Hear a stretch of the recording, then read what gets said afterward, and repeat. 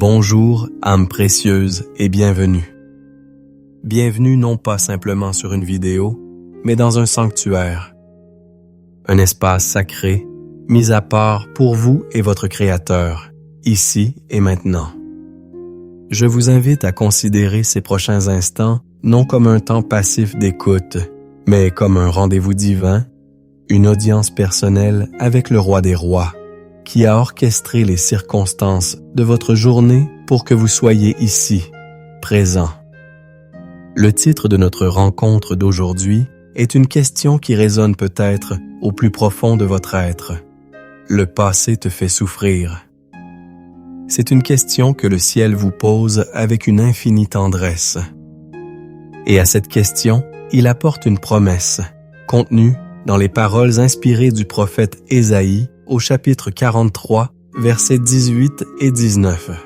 Ne pensez plus aux événements passés et ne considérez plus ce qui est ancien. Voici, je vais faire une chose nouvelle, sur le point d'arriver. Ne la connaîtrez-vous pas? Voilà le cœur de notre méditation. La libération divine des chaînes du passé et l'inauguration d'une nouveauté radicale dans votre vie, à commencer par ce jour. Ce n'est pas une simple prière matinale, c'est un acte prophétique de démarcation. C'est tracer une ligne dans le sable de votre existence et déclarer avec le ciel que ce qui était ne dictera plus ce qui sera. Je veux vous faire une promesse solennelle. Si vous vous engagez de tout votre cœur, de toute votre âme et de tout votre esprit dans ce temps de prière, si vous vous permettez d'être vulnérable devant Dieu et de recevoir sa parole, vous ne terminerez pas cette session de la même manière que vous l'avez commencée. Une transformation est disponible pour vous. Une guérison est à votre portée. Une liberté vous attend. Alors, préparez-vous. Trouvez cet endroit où le bruit du monde s'estompe, où vous pouvez être seul avec Dieu. Mettez vos écouteurs, fermez la porte, coupez les notifications. C'est votre moment. C'est votre libération. Et pour sceller votre engagement, pour activer votre foi, je vous invite à écrire dans les commentaires « Amen, je suis prêt » ou « Amen, je suis prête ». Que cet acte simple soit le premier pas de votre marche vers la nouveauté que Dieu a préparée pour vous. Oh, cher ami, si seulement vous pouviez voir comment le Père vous regarde en cet instant. Il voit au-delà de la façade, au-delà du sourire que vous affichez pour le monde. Il voit le poids que vous portez, ce fardeau invisible mais si lourd, tissé des fils du passé. Je ne parle pas ici d'une simple nostalgie ou d'un regret passager. Je parle de cette douleur sourde, cette encre plantée dans les sols d'hier qui vous empêche de naviguer vers les horizons de demain. Ce passé qui vous fait souffrir, il a de multiples visages. Pour certains d'entre vous, il se manifeste dès le réveil. Avant même que votre conscience ne soit pleinement aiguisée, un sentiment de malaise s'installe. C'est le souvenir d'un échec, d'une parole blessante, d'une décision que vous regrettez amèrement. Cette mémoire n'est pas un simple fichier dans votre cerveau. C'est un spectre qui hante les premières lueurs de votre journée, qui vole la joie de l'aube et colore votre journée en teinte de gris avant même qu'elle n'ait commencé. Le psalmiste comprenait cette agonie de l'âme lorsqu'il écrivait dans le psaume 42 « Pourquoi t'as-tu, mon âme, et gémis-tu au-dedans de moi, Nétindus ?» C'est ce gémissement intérieur, ce dialogue incessant avec les fantômes de ce qui a été, qui épuise votre énergie spirituelle, émotionnelle et même physique. Pour d'autres, le passé est un miroir déformant. Vous vous regardez, mais vous ne voyez pas la personne que Dieu a créée. Vous voyez l'enfant qui a été critiqué, l'adolescent qui a été rejeté, l'adulte qui a échoué dans une entreprise ou une relation. Les étiquettes que d'autres vous ont collées. Tu n'es pas assez bon. Ah, tu n'y arriveras jamais. Tu es comme ton père, ta mère, sont devenus votre propre voix intérieure. Ces scripts familiaux, ces paroles qui ont été prononcées sur vous, peut-être il y a des décennies, fonctionnent comme un programme informatique tournant en arrière-plan de votre esprit, sabotant chaque nouvelle opportunité, chaque tentative de vous élever. Vous vivez dans l'ombre d'une ancienne version de vous-même, une version que Dieu a déjà pardonnée et rachetée, mais que vous refusez de laisser mourir. Cette souffrance est amplifiée par notre culture moderne. Vous ouvrez les réseaux sociaux et vous êtes bombardé par les réussites apparentes des autres. Chaque photo de vacances, chaque annonce de promotion, chaque déclaration de bonheur devient un tribunal où votre propre passé est jugé et condamné. La comparaison devient le poison quotidien qui nourrit votre regret. Si seulement j'avais fait des études différentes. Si seulement j'avais épousé cette autre personne.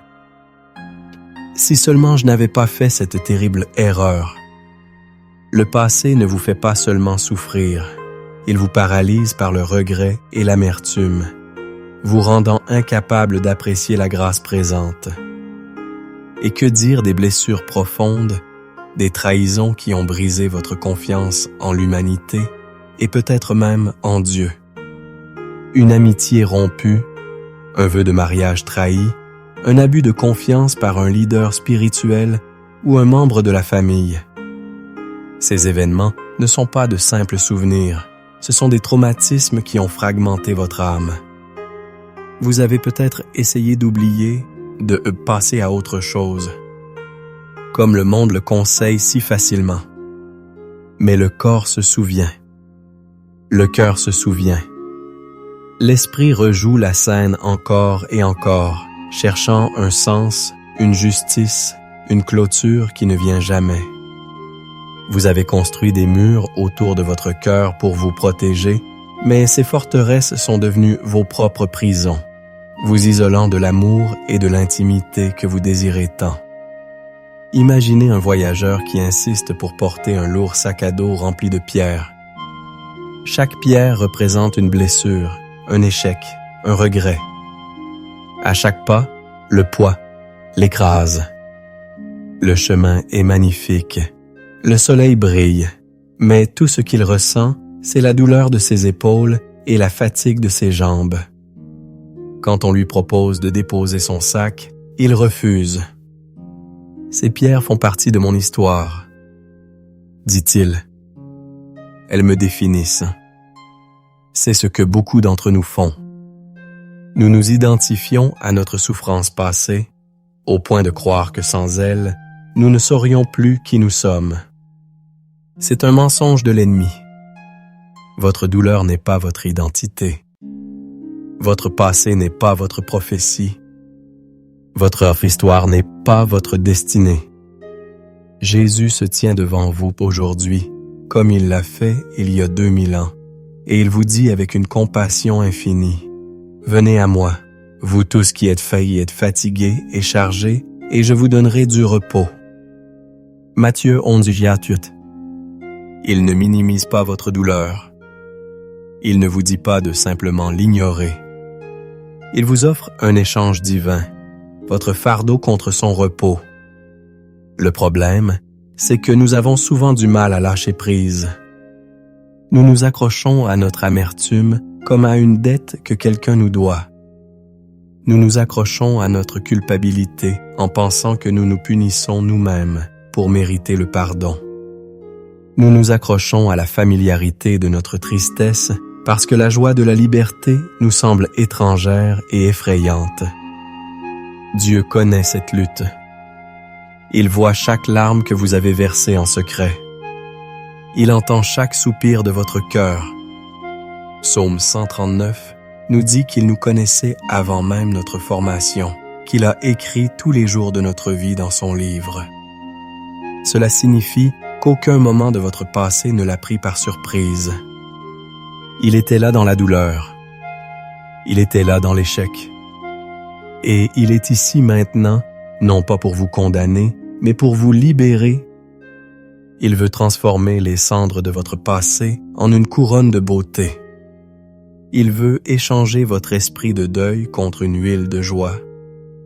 Il veut remplacer votre vêtement de louange par un esprit abattu. Ésaïe 61:3. Le voyage vers cette liberté commence par la reconnaissance honnête de la douleur, sans la minimiser ni l'exagérer. Il commence par la décision de ne plus permettre au passé de dicter les termes de votre présent. Aujourd'hui, en ce moment même, Dieu vous offre une porte de sortie. Il vous propose de faire une chose nouvelle. Il est temps de déposer le sac de pierre.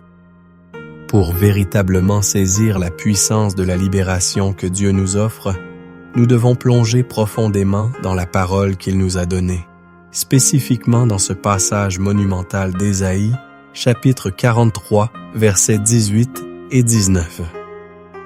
Ne pensez plus aux événements passés et ne considérez plus ce qui est ancien. Voici, je vais faire une chose nouvelle, sur le point d'arriver. Ne la connaîtrez-vous pas?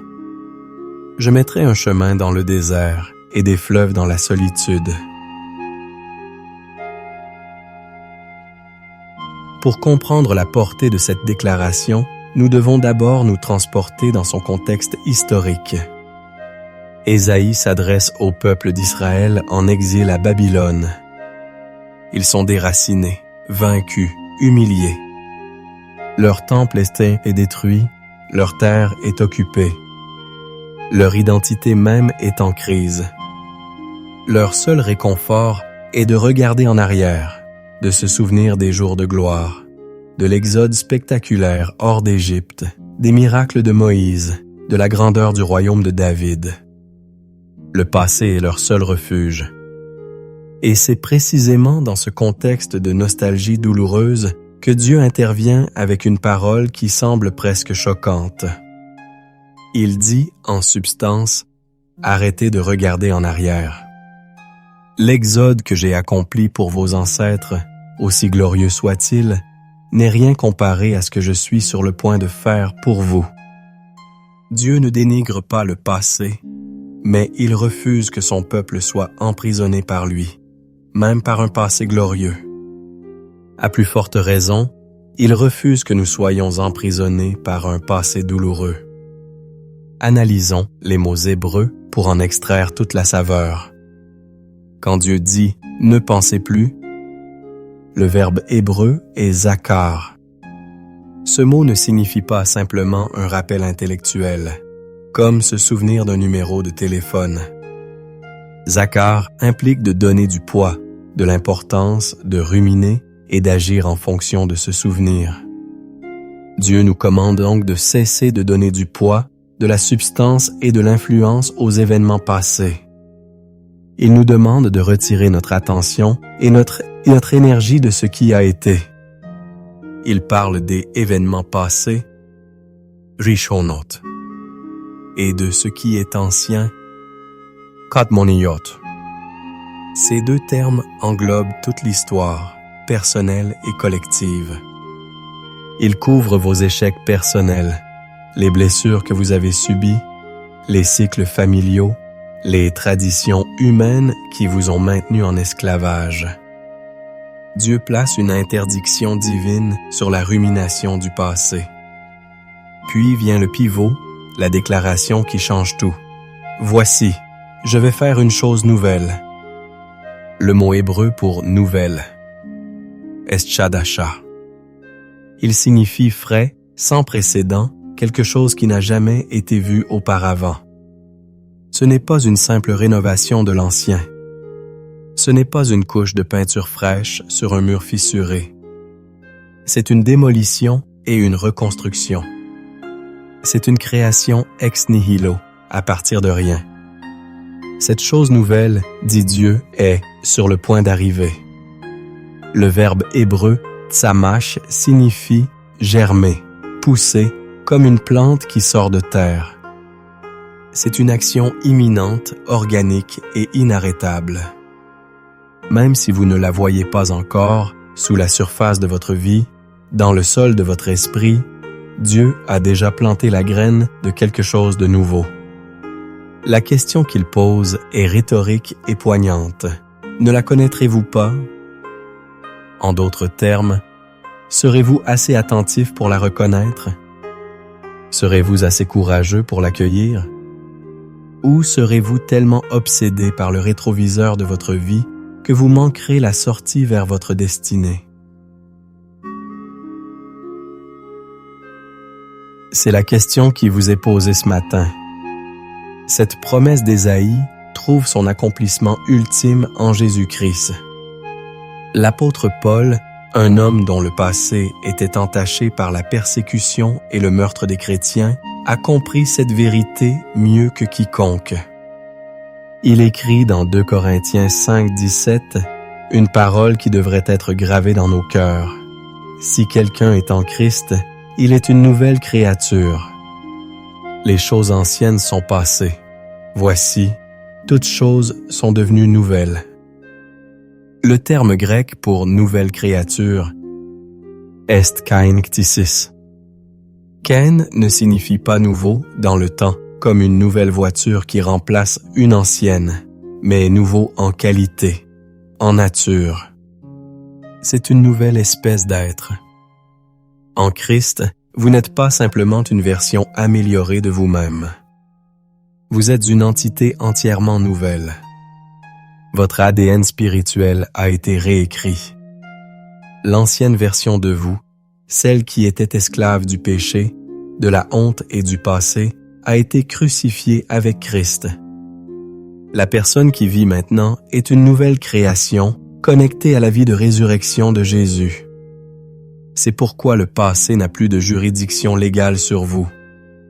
Les accusations, les condamnations, les échecs, tout a été cloué à la croix. Tenter de vivre sous le poids du passé une fois que vous êtes en Christ, c'est comme un prisonnier gracié qui refuserait de quitter sa cellule. La porte est ouverte. La liberté vous a été acquise à un prix infini. L'histoire de la Bible est remplie d'exemples d'hommes et de femmes que Dieu a appelés à sortir de leur passé pour entrer dans leur destinée. Prenez l'apôtre Pierre. Son passé récent était marqué par l'un des échecs les plus spectaculaires de la foi. Il a renié Jésus, non pas une, mais 3 fois, après avoir juré de mourir pour lui. Pouvez-vous imaginer la honte, la culpabilité, le dégoût de soi qui devait le tourmenter? Il est retourné à son ancienne vie, à la pêche, convaincu que son ministère était terminé. Mais Jésus était venu le chercher sur le rivage. Il ne l'a pas réprimandé. Il lui a posé une question 3 fois. « M'aimes-tu? » À chaque « oui ». De Pierre, Jésus a restauré son appel. « Paie mes brebis ». Jésus a refusé de laisser le plus grand échec de Pierre définir son avenir. Quelques semaines plus tard, ce même Pierre, rempli du Saint-Esprit, prêchait avec une telle audace à la Pentecôte que 3000 âmes se sont converties. Il a marché dans la chose nouvelle que Dieu avait pour lui. Pensez à Joseph, vendu comme esclave par ses propres frères, faussement accusé et jeté en prison pendant des années. Son passé était une litanie de trahison et d'injustice. Il avait toutes les raisons du monde d'être consumé par l'amertume et le désir de vengeance. Pourtant, lorsqu'il a finalement fait face à ses frères, il a prononcé ces paroles incroyables. « Vous aviez médité de me faire du mal. » Dieu l'a changé en bien pour accomplir ce qui arrive aujourd'hui, pour sauver la vie à un peuple nombreux. Genèse 50:20. Joseph avait permis à Dieu de recycler la douleur de son passé pour accomplir un but divin. Il n'a pas nié la douleur, mais il a refusé de lui donner le dernier mot. Il a vu la main souveraine de Dieu tisser un chef-d'œuvre à partir des filles emmêlées de sa vie. C'est ce que Dieu veut faire pour vous. Il veut prendre les morceaux brisés de votre passé, les échecs, les blessures, les péchés, et les intégrer dans la mosaïque de votre destinée. rien n'est perdu avec Dieu. Chaque larme est recueillie. Chaque expérience est une leçon potentielle. L'application pratique de cette théologie se trouve dans Romains 12:2. Ne vous conformez pas au siècle présent, mais soyez transformés par le renouvellement de l'intelligence. La libération du passé n'est pas un événement unique et magique. C'est un processus continu de renouvellement de notre façon de penser. C'est un combat qui se gagne sur le champ de bataille de l'esprit. Chaque fois qu'un souvenir du passé surgit pour vous accuser, vous devez le confronter avec la vérité de la parole de Dieu. La pensée dit « Tu es un échec ». La parole répond « Je peux tout par celui qui me fortifie ». La pensée dit « Tu es indigne d'amour ». La parole répond « Dieu a prouvé son amour pour moi en ce que Christ est mort pour moi quand j'étais encore un pécheur ». La pensée dit « Ton avenir sera comme ton passé ». La parole répond « Dieu fait une chose nouvelle, et les choses anciennes sont passées ». C'est une discipline quotidienne. Cela implique de choisir intentionnellement sur quoi vous vous concentrez. L'apôtre Paul, encore lui, nous donne la clé dans Philippiens 3:13-14. « Frères, je n'estime pas moi-même l'avoir saisi, mais je fais une chose. Oubliant ce qui est en arrière et me portant vers ce qui est en avant, je cours vers le but pour remporter le prix de la vocation céleste de Dieu en Jésus-Christ. » Le mot « oubliant » ici ne signifie pas l'amnésie. Il signifie cesser de donner de l'importance, de l'influence. C'est un choix délibéré de se porter vers l'avant. Où sont fixés vos yeux ce matin? Sur les regrets d'hier ou sur le prix de la vocation céleste? Dieu vous appelle à un changement de perspective radical. Il vous appelle à regarder votre vie à travers le prisme de la croix et de la résurrection, où chaque fin est le prélude à un nouveau commencement. Maintenant, avant que nous n'entrions dans le moment sacré de la prière, il est essentiel de préparer le terrain de notre cœur. Une prière puissante ne naît pas simplement de mots bien choisis, mais d'un cœur bien disposé. Nous passons de l'écoute intellectuelle à une rencontre spirituelle, et cela demande une transition intentionnelle. Je vous invite à prendre une posture de réceptivité. Si possible, fermez les yeux. Détendez vos épaules. Prenez 3 grandes respirations profondes. Inspirez la grâce de Dieu. Expirez le stress et les distractions de la journée. La première étape de la préparation est la repentance. Non pas dans un sens de condamnation, mais de réalignement. Nous devons reconnaître devant Dieu la manière dont nous nous sommes accrochés au passé. Nous nous repentons d'avoir plus cru aux mensonges de l'ennemi qu'aux promesses de Dieu. Nous nous repentons d'avoir ruminé nos blessures, cultivant parfois l'amertume et le non-pardon. L'apôtre Jean nous dit dans sa première épître, au chapitre 1, verset 9, « Si nous confessons nos péchés, il est fidèle et juste pour nous les pardonner et pour nous purifier de toute iniquité. » Prenez un instant en silence pour confesser à Dieu. « Père, je me repens de m'être accroché au passé. Pardonne-moi. » La deuxième étape est le pardon. C'est peut-être l'étape la plus difficile, mais elle est non négociable pour la liberté. Jésus nous enseigne, dans Matthieu 6, verset 15, « Mais si vous ne pardonnez pas aux hommes, votre Père ne vous pardonnera pas non plus vos offenses. » Le pardon n'est pas un sentiment, c'est une décision. C'est renoncer à votre droit de vous venger. C'est libérer le débiteur de sa dette envers vous, non pas parce qu'il le mérite, mais parce que vous ne pouvez plus vous permettre de porter le poids de cette dette. Pensez à ceux qui vous ont blessé. Sans excuser leurs actions, faites le choix aujourd'hui de les libérer devant Dieu. Dites simplement, « Père, je choisis de pardonner à nom de la personne pour ce qu'elle a fait. Je les remets entre tes mains. » Et puis, il y a la personne la plus difficile à pardonner, nous-mêmes. Nous nous repentons devant Dieu, mais nous continuons à nous punir. Aujourd'hui, recevez le pardon de Dieu pour vous-même. Dites, « Père, je choisis de me pardonner pour mes erreurs passées. J'accepte ton pardon et ta grâce. » La troisième et dernière étape est la consécration. C'est l'acte de rendre consciemment à Dieu les clés de votre cœur et de votre esprit. Proverbe 3, versets 5 et 6, nous exhorte. « Confie-toi en l'Éternel de tout ton cœur et ne t'appuie pas sur ta sagesse. Reconnais-le dans toutes tes voies, il aplanira tes sentiers. » Nous allons maintenant abandonner notre passé, notre présent et notre futur entre ses mains. Nous déclarons notre dépendance totale de lui. Votre cœur est maintenant prêt. Le sol a été labouré par la repentance, irrigué par le pardon et consacré pour recevoir la semence de la parole de Dieu. Entrons avec confiance dans le trône de la grâce pour prier ensemble.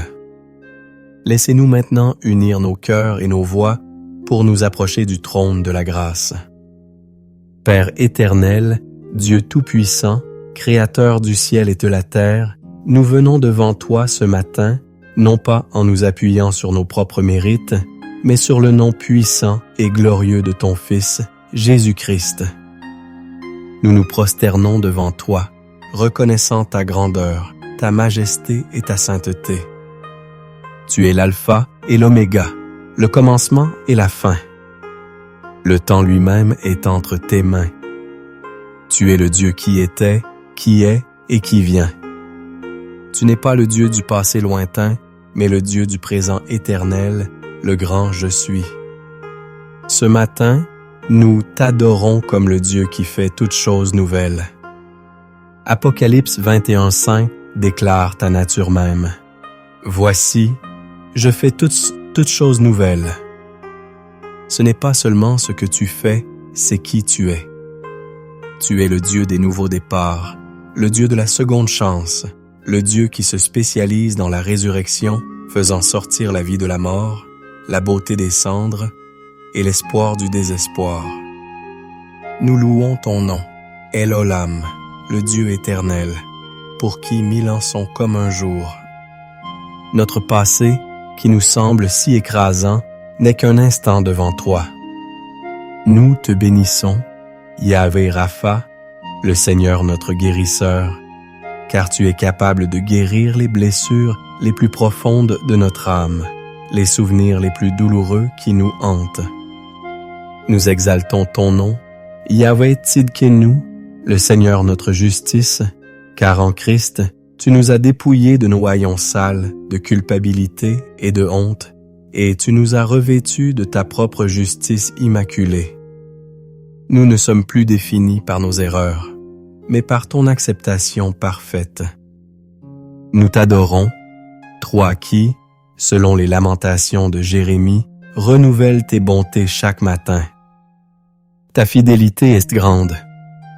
Ce jour est une page blanche, une nouvelle opportunité de faire l'expérience de ta grâce, qui n'est pas méritée, et de ta miséricorde, qui est infinie.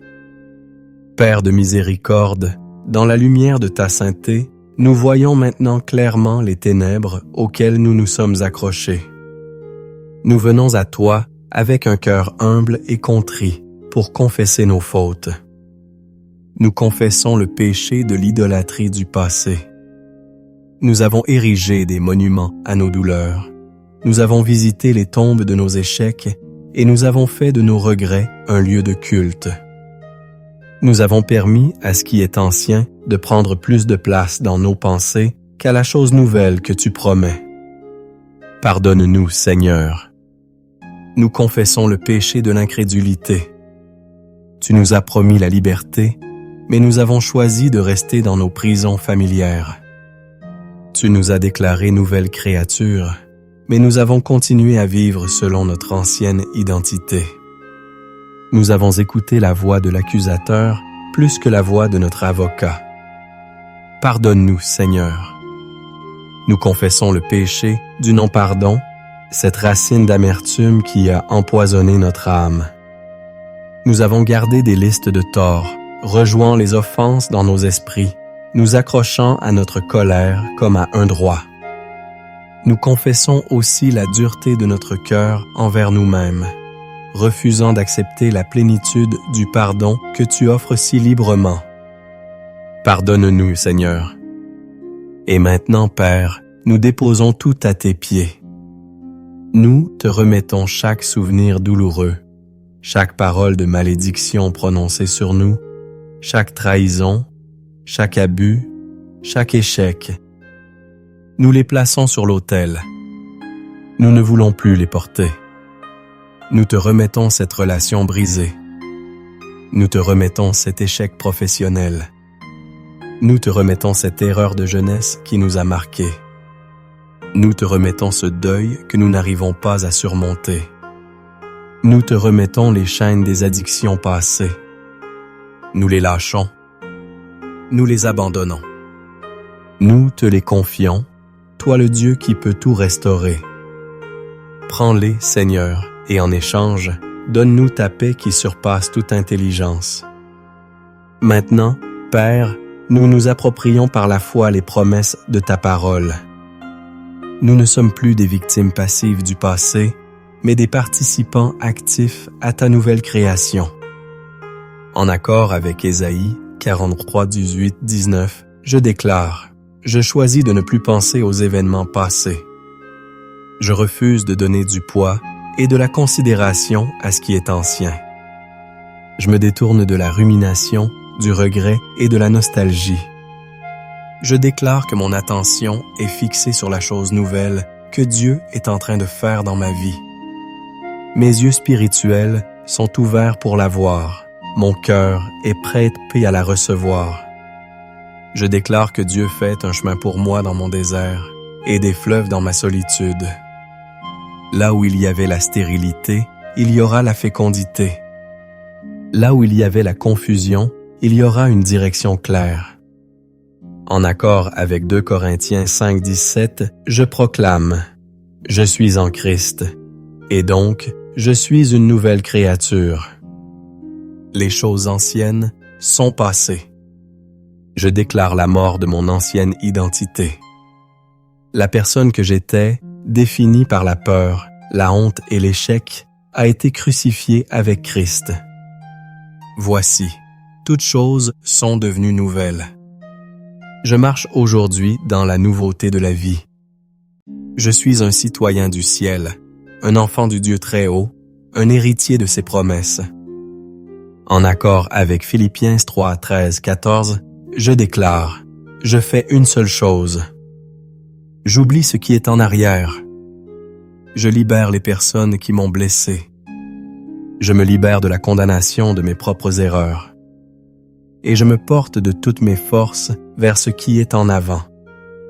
Je cours ma course avec persévérance, les yeux fixés sur Jésus, le chef et le consommateur de ma foi. Mon passé n'est pas ma destinée.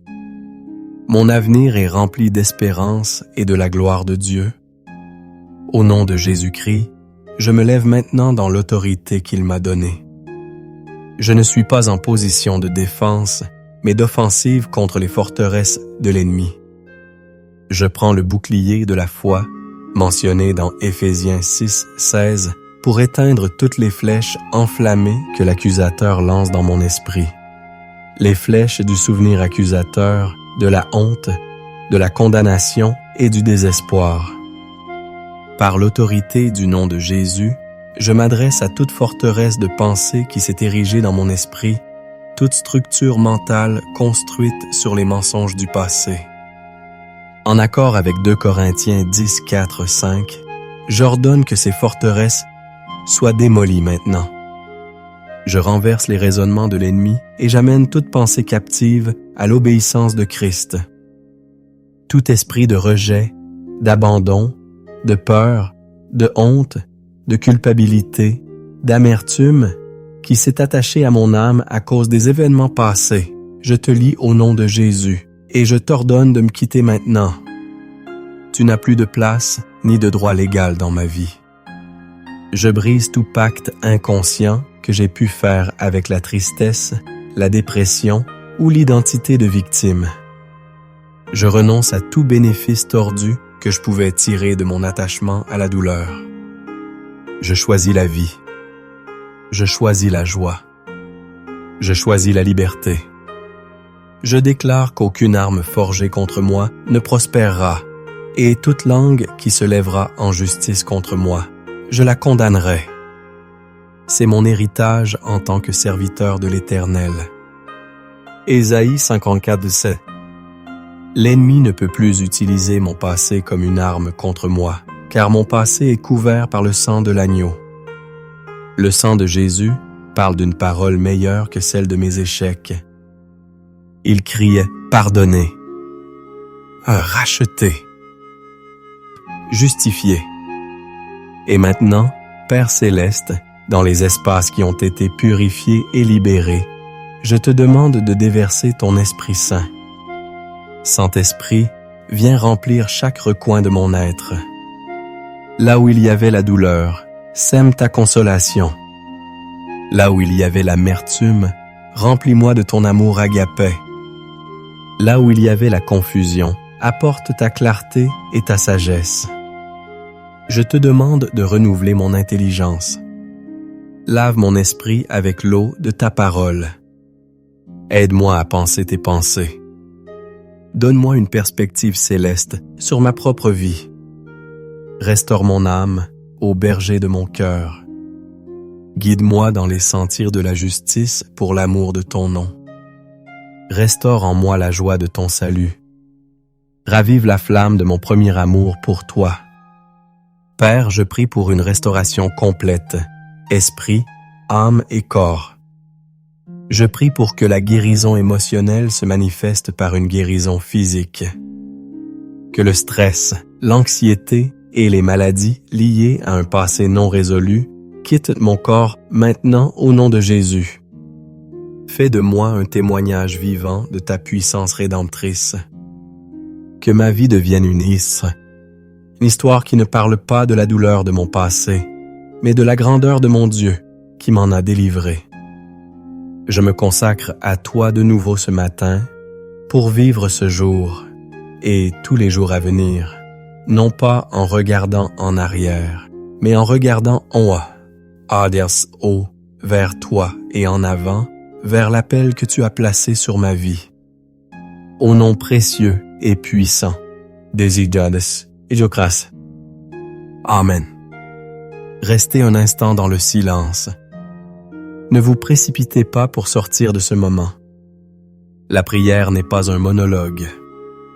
C'est un dialogue. Vous avez parlé à Dieu, maintenant, prenez le temps de l'écouter. Sa voix n'est pas toujours un tonnerre, mais souvent un murmure doux et léger. Calmez votre esprit. Calmez votre esprit. Respirez profondément.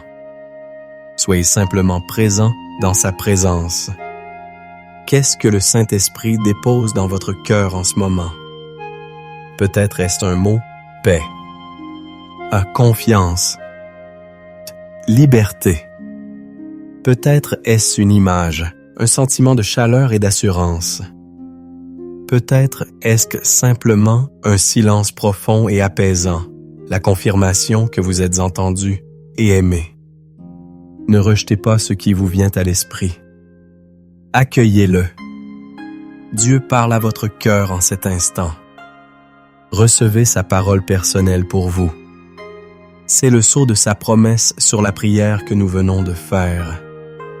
C'est votre ancre pour la journée qui commence.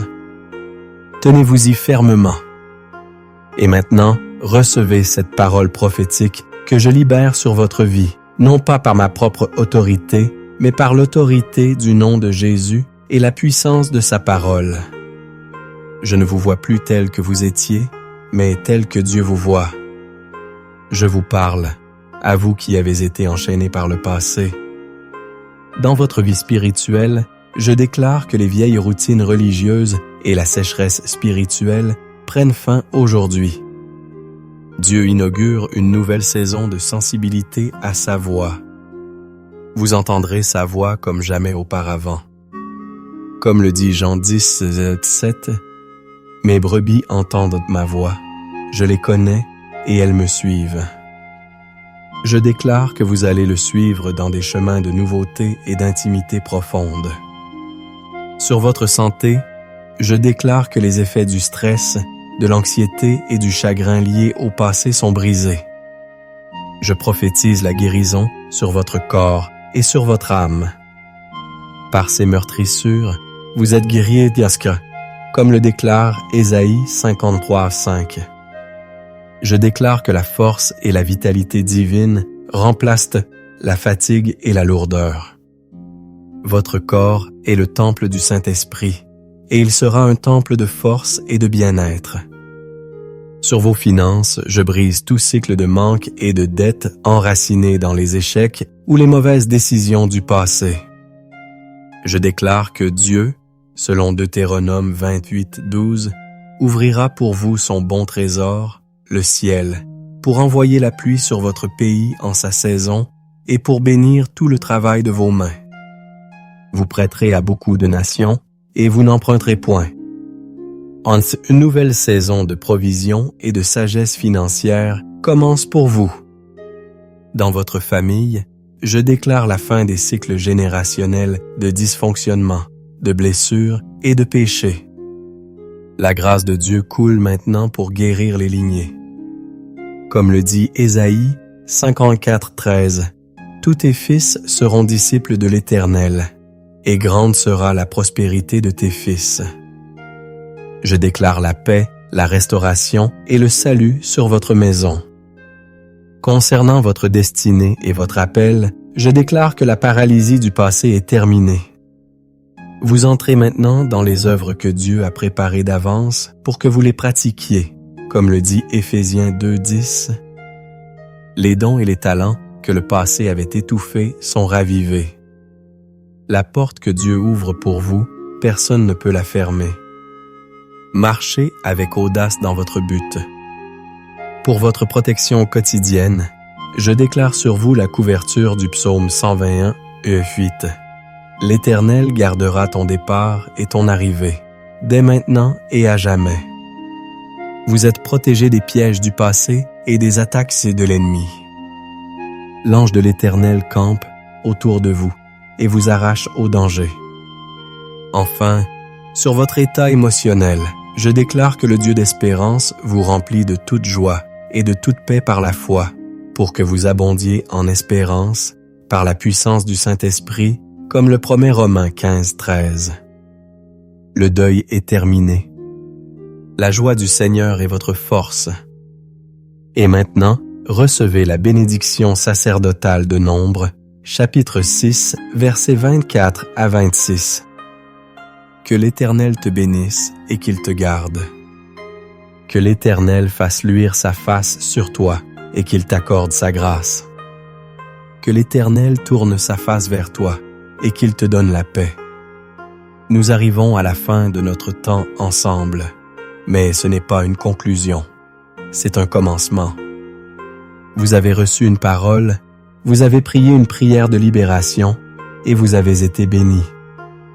La promesse centrale de ce moment est la liberté du passé et l'entrée dans la nouveauté que Dieu a pour vous. Ne laissez pas cette expérience n'être qu'un moment émotionnel qui s'estompe. Faites-en le point de départ d'un nouveau mode de vie. Le combat pour la liberté se poursuit dans le renouvellement quotidien de votre esprit. Chaque matin, lorsque vous vous réveillez, rappelez-vous qui vous êtes en Christ, une nouvelle créature. Refusez de laisser les pensées du passé s'installer. Je vous encourage vivement à faire de cette prière un engagement de 7 jours. Revenez à cette vidéo chaque matin pendant 1 semaine et laissez ces vérités s'enraciner profondément dans votre esprit jusqu'à ce qu'elles deviennent votre nouvelle normalité. La répétition est la mère de l'apprentissage spirituel. Si ce temps a été une bénédiction pour vous, aidez-nous à atteindre d'autres âmes qui souffrent en silence. Votre interaction est puissante. S'il vous plaît, laissez un commentaire ci-dessous pour témoigner de ce que Dieu a fait dans votre cœur. Un simple « Amen, je suis libre » peut encourager quelqu'un d'autre. Cliquez sur le bouton « J'aime » pour signaler à l'algorithme que ce contenu a de la valeur. Partagez cette vidéo avec une personne que vous savez être aux prises avec son passé.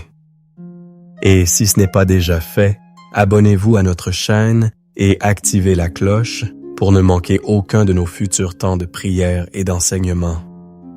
Votre voyage ne s'arrête pas là.